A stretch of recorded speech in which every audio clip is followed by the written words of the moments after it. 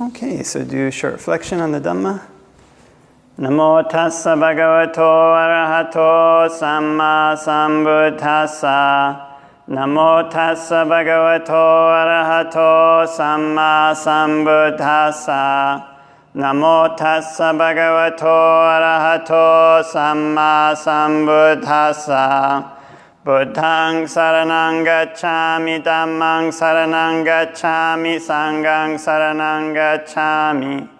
Dutiyampi Buddhaṃ saranang gacchāmi, Dutiyampi Dhammāṃ saranang gacchāmi, Dutiyampi Sanghaṃ saranang gacchāmi. Tatiyampi Buddhaṃ saranang gacchāmi, Tatiyampi Dhammāṃ saranang gacchāmi, Tatiyampi Sanghaṃ saranang gacchāmi. So nice to see everybody here today, Tuesday night. Sure my microphone's there. And we've been doing this now, I think, for maybe a year, since October or so. And always kind of nice to see new people coming and old friends coming again. And kind of I'd never been kind of a meditation teacher before. Before this, I'd spent most of my time kind of living at monasteries. So when you're a junior monk, you stay for at least 5 years under the direction of a teacher. And when you're living with him, then he takes care of everything. So they kind of, they're like Venerable Bhante Ratanasiri, who kind of takes care of the monastery more or less. So all the guests who come to the monastery, they interact with him, and he does all the, well, here it might not be he does most of the teaching, usually the main teacher. And your job as a junior monk is to try to kind of put forth effort in your meditation practice, to kind of develop skills of your own in your meditation practice. So this is a kind of interesting thing about Buddhism, and one of the things that I personally found very attractive about it when I was a young man, and just kind of getting into it, is that this kind of the Buddhist teachings, they're a body of teachings, but they're also a body of practice. Kind of, there's something that's sustained in the books, but they're also sustained in the hearts and minds of people who practice them. And so then when we go to learn about the Buddhist teachings, learning about them isn't just a matter of reading the books. So it's kind of like, we have these kind of, I remember studying for my driver's license as a young man. And you have to kind of go and, fill out these kind of bubble sheets. Like, what do you do if you're turning left? What do you do if you're turning right? And, you have to memorize these kind of rules of the road. And it's important to do so. If you don't know the rules of the road, you could get yourself in a lot of trouble. So I remember there's this one kind of obscure rule, or this rule where if you've got two one-way streets and you make a left turn from one-way street onto the next one-way street, then you have to stay kind of really close to the curb, kind of turn directly into the closest lane. Whereas normally if you're making a left-hand turn, you turn into the middle lane on the other side. And so studying this in the books, I probably studied this, but remember I was getting prepared for my very first driver's test. And your parents are all kind of excited for you, and you're like, yeah, I'm gonna, you might get to drive your car home. First time when you're 16 or 17 or whatever, something like that. And I remember very vividly because I was taking my test in Oshawa, which has all these one-way streets. And kind of, you study the books. But I remember I was, this very first driver's test I took, I was in the middle lane and it was turning onto a one-way street. And instead of turning into the closest lane, I turned into the middle one. And so the guy failed me. I was later able to get my driver's license, so it's not like a terribly sad story. But the interesting thing about that was you can have this kind of knowledge that's there in the books, right? Kind of can fill out this kind of bubble sheet. Okay, I know what to do. Actually, if somebody asked me that on that day, what do you do when you're turning into a left-hand lane? I probably been like, okay, you turn into the closest lane, you know. But somehow, being there in the thick of the moment, being there with the traffic, being there nervous about getting my license, I turned into the middle lane. Kind of just did what I was used to doing or used to seeing, kind of out of force of habit. You know? And the way that we practice is often very similar. You know, it is quite important to learn to learn the teachings of the Buddha, to learn what he says in the books, you know, to learn what he's written down in the suttas. But traditionally, actually, these suttas were passed down orally. Actually, they weren't even written. So they were passed down from one person who was practicing Buddhism to another. So you couldn't really get them unless you went and sat in another person's presence. Yeah? And so as a junior monk, you kind of learn the importance of these things because when you're around the senior monk, you get to see how he deals with all kinds of different situations. Yeah? So for me, turning into that middle left-hand lane, I just unknowingly picked up because seeing people constantly turning into the middle lane on a left-hand turn is just stuck in your head. And so this is the benefit of being a junior monk staying with a skilled senior monk. You see them do all these different things, and gradually this kind of knowledge becomes kind of intuitive from your watching them, from your being around them. But there's actually one more step to it, or not one more, probably several more, but there's also another step to it. And that step to it is when you yourself try to take on the teachings yourself. You yourself try to practice yourself. So remember actually some of the very first meditation classes doing here or doing at other places. You know, kind of, okay, I'm going to give this talk and, you know, here we go, get it all set up, and you give the talk and you're like, well, I don't know. I didn't really end up saying what I wanted to say there. But this is something that kind of comes with practice. Of course, watching the teachers do this, reading the Buddha's teachings, knowing what's in the books, seeing how the teachers have done it, and then going to do it yourself is something completely different. The environment is different. The people are different. Yeah? It doesn't work the same way that it did when you saw your teacher do it. When you say this, it doesn't seem to have the same effect as it did when your teacher did. And so this is why really skilled teachers, starting with the Buddha, don't just allow you to rely on them. Don't just give you a set of instructions like, okay, you're coming here to meditate, here's your meditation technique. Just do this technique and don't do anything else and you'll be okay for your life. I can't teach you like that. And the reason for it is because the situations that people find themselves in are so varied. Even when there's something with a clearly laid down rule, a clearly defined plan, sometimes when we find ourselves in the thick of that situation, our mind is elsewhere. Sometimes you study the driving test book over and over again, and you know about making a left-hand turn, but you're there with the instructor, and you make it into the middle lane. You know? And so this is why the skilled teachers teach us, these are things that you have to learn for yourself. These are things that you have to take on yourself. The practice of training our mind, the karma that we make, is something we become the owner of. So there is this really famous sutta where somebody goes up to the Buddha and asks him, so Master Gautama, when you're teaching, he says something, I might have this wrong, so people who are really good with the suttas can correct me. But I think he said something like, there's Brahmins who can, raise all these souls up to heaven, but Master Gautama, he can make sure that everybody in the whole world goes to heaven. And the Buddha says, okay, I'll cross-question you, and you can tell me what you think. Suppose that you were standing at a crossroads, and somebody came up to you and asked you, which is the way to Rajagaha, which is this big city back then.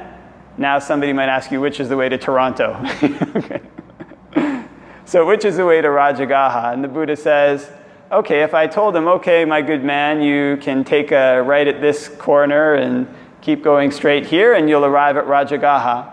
And he gave that man the instructions, but instead of following his instructions, that man took a left and ended up somewhere completely different. And so the Buddha says, what do you think? Could you stop that man? He says, no, of course not. You couldn't stop him. The man at the crossroads is only pointing the way.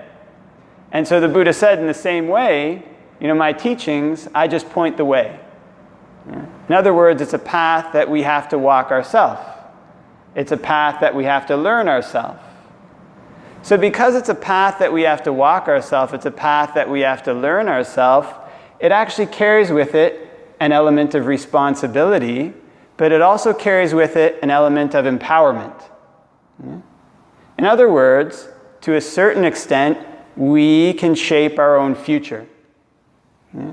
We're the authors of our future. We're the authors of our destiny. We can make our future what we like.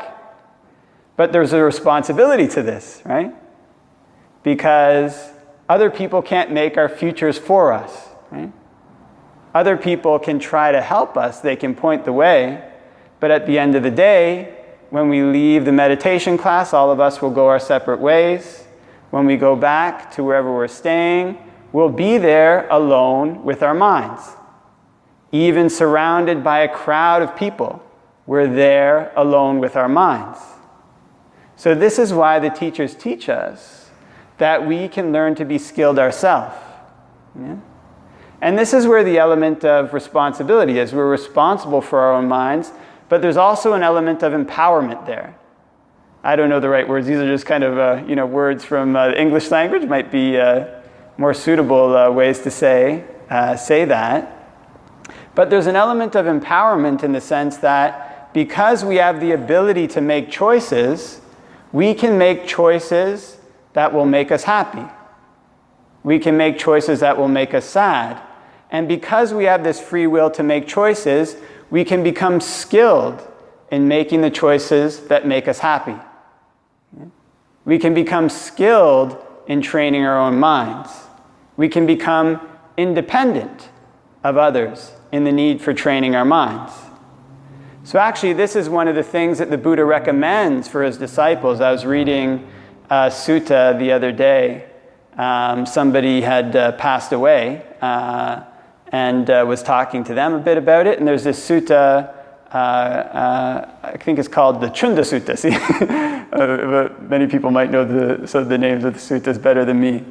But Venerable Sariputta passes away, and Venerable Ananda is kind of upset. Venerable Ananda was the Buddha's personal attendant. And the Buddha says to Venerable Ananda, he says, but when Venerable Sariputta passed away, did he take away your portion of virtue? And Venerable Ananda says, no. And he says, did he take away your portion of concentration? And the Venerable Ananda says, no. And he says, did he take away your portion of release? No. Did he take away your portion of knowledge and vision of release? I'm paraphrasing here, no. And the Buddha says, haven't I already told you the state of becoming separated from everything? And he says, therefore, Ananda, you should be an island unto yourself, a lamp unto yourself, seeking no external refuge. And then he says, how is somebody an island unto themselves, a lamp unto themselves, seeking no external refuge? And then he goes on to describe the practice of the 4 foundations of mindfulness, which is basically remaining focused on your meditation topic.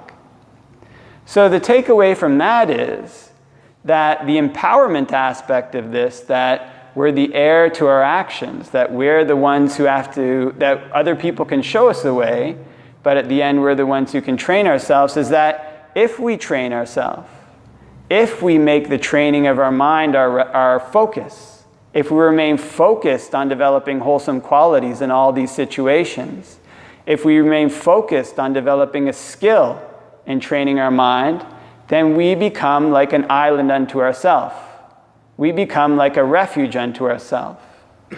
Because in the same way that even if we're in a crowd of people, we're alone with our own minds, if we have a mind that's bright with good qualities, if we have a mind that's skilled in developing good qualities, if we have a mind that's interested in developing good qualities, regardless of where we are, then we have a safer refuge for ourselves than the refuges that might be normally available in the world. We have a safer refuge than our house. We have a safer refuge than our car. We have a safer refuge than our friends. We have a safer refuge than our family. We have a refuge within. So this is the empowerment aspect. So this is something that we can get pointers from. And when we read the suttas, we can get pointers. This is the way, right? This is something we can get pointers from when we stay with people who have practiced well. Actually, even today in the world, there are bhikkhus and lay people as well who have practiced well. There are these people who are our refuge, people who are members of the Arya Sangha. If we stay with people like that, if we stay with people who are skilled in good qualities, we get a pointer, right? This is the way, right? And then, of course, when we come to practice ourselves, when we try to train our own mind, when we notice, okay, I did this in my meditation, I got this result today, and tomorrow we go to meditate again, did we get the same result or not? When we start trying to figure out the cause and effect relationship between these things ourselves, what is it that made my mind peaceful yesterday? What is it that makes it peaceful today? What's the difference? Why can't I make it peaceful today? How do I do that? Then we start to get pointers ourselves. We ourselves, in a sense, start to become like a person pointing the way.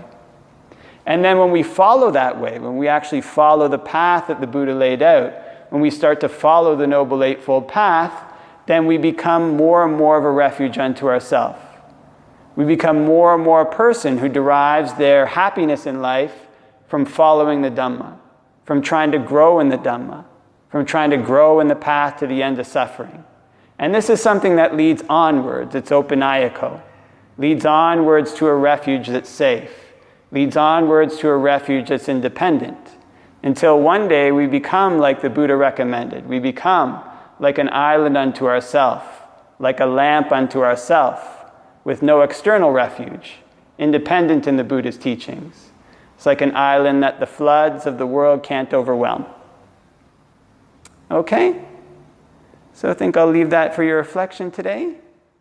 Is there any questions by any chance? No worries, I like questions. Yeah. I had a question, in the story with Ananda? Yeah. And how he was upset at Sarah with asking stuff. I was just, because I think Ananda was pretty accomplished to the street manager, probably beyond that.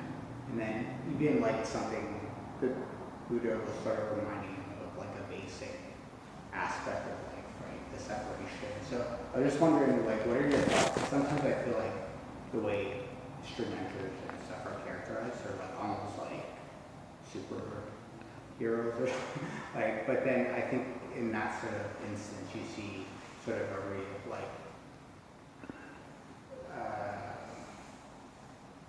a very kind of real emotions or whatever that he was experiencing. And so I just sometimes I see street mentors or whatever characterized as almost too high, I think, and then other times they're sort of brought down to earth. But I was just wondering what your thoughts were on that aspect, because that sort of thought made me think of that when I heard that story. Oh, well, I could say some things from the canon. So there's one story where there's a street mentor in the Vinaya, and the Buddha gives a Dhamma talk, and this person becomes a street mentor, and then that street mentor says, okay, you should only receive gifts from me and not from other people. And the Buddha says, it's not fitting for somebody who's crossed over doubt like you have to say that, And so that goes to show that, street mentors have eliminated, three kind of gross defilements, kind of their doubt in the Buddha.